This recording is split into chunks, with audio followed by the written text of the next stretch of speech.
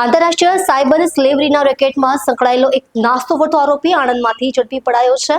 આ આરોપી યુવાઓને વિદેશમાં નોકરીના બહાને પ્રથમ થાઈલેન્ડ મોકલતો અને ત્યારબાદ નદીના રસ્તે ગેરકાયદેસર રીતે મ્યાનમાર પહોંચાડતો। ત્યાં ચાઇનીઝ સાયબર ગેંગ દ્વારા તેમને સાયબર ગુનામાં ધકેલવામાં આવતા, જ્યાં તેમને દેશ વિરોધી ઠગાઈ, ઓનલાઈન ચીટિંગ જેવા ગુનાઓમાં મજબૂર કરવામાં આવતા। સુરતમાં સાયબર સ્લેવરીના આંતરરાષ્ટ્રીય ગુનામાં સંકળાયેલો નાસ્તો વળતો આરોપી આણંદ જિલ્લામાંથી સાયબર ક્રાઇમ શાખા દ્વારા ધરપકડ કરવામાં આવી છે। આ ગુનામાં અત્યાર સુધીમાં 7 આરોપીઓની ધરપકડ કરવામાં આવી છે। આરોપીઓની ગેંગ દેશના વિવિધ રાજ્યોના નોકરી શોધતા લોકોને નોકરીની લાલચ આપી થાઈલેન્ડ મોકલતો હતો, ત્યાંથી તેમને નદીના રસ્તે ગેરકાયદેસરપણે મ્યાનમાર પહોંચાડવામાં આવતા હતા। મ્યાનમારમાં આવેલી ચાઇનીઝ સાયબર ક્રાઇમ કંપનીઓમાં માણસોને ભરતી કરી સાયબર ગુના કરાવવામાં આવતા હતા।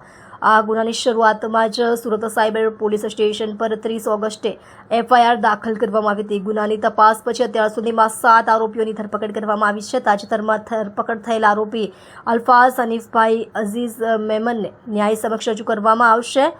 આ મામલે હાલ તપાસ હજી ચાલુ છે। સાયબર સ્લેવરીના રેકેટમાં અમે લોકોએ અમારી જે ટીમ છે સાયબર સેલની, એ લોકોએ 7મા આરોપીને પણ પાડ્યું છે। એમનું નામ છે અલ્ફાઝ મેમન।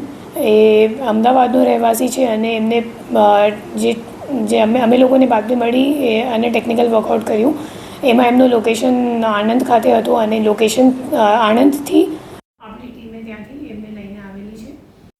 એ એકચ્યુઅલી દાનિશને ઉપર જે આપણે છેલ્લા આરોપીને ગિરફ્તાર કરી હતી, તો દાનિશના જે ઉપરનો એજન્ટ હતો એનું નામ છે અલ્ફાઝ।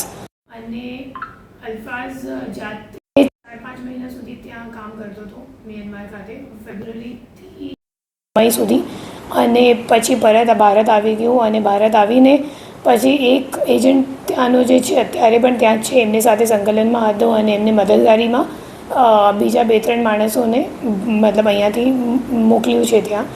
અને એના સિવાય 2-3 દિવસ પહેલાં પણ ત્યાં મોકલવાનો પ્રયત્ન કરી, પણ જે કેસ ચાલી રહ્યું છે એ પ્રમાણે એ જે 3 માણસો છે એમને કંઈક એ લોકો જ્યાં બેંકોકમાં લેન્ડ થઈ ગયા હતા, પછી 2 દિવસ પહેલાં સુરતથી એ લોકોને કોઈ જે સગા સંબંધી હોય એ લોકોએ કોલ કરી નથી અને તમે લોકો પરત આવી જાઓ। પછી એ લોકો એમની વાત સાંભળી લીધી અને એ લોકો પરત આવી ગયા। એમાંથી બે જે ભોગ બનનાર છે એ આણંદના છે અને એક સુરતનો છે।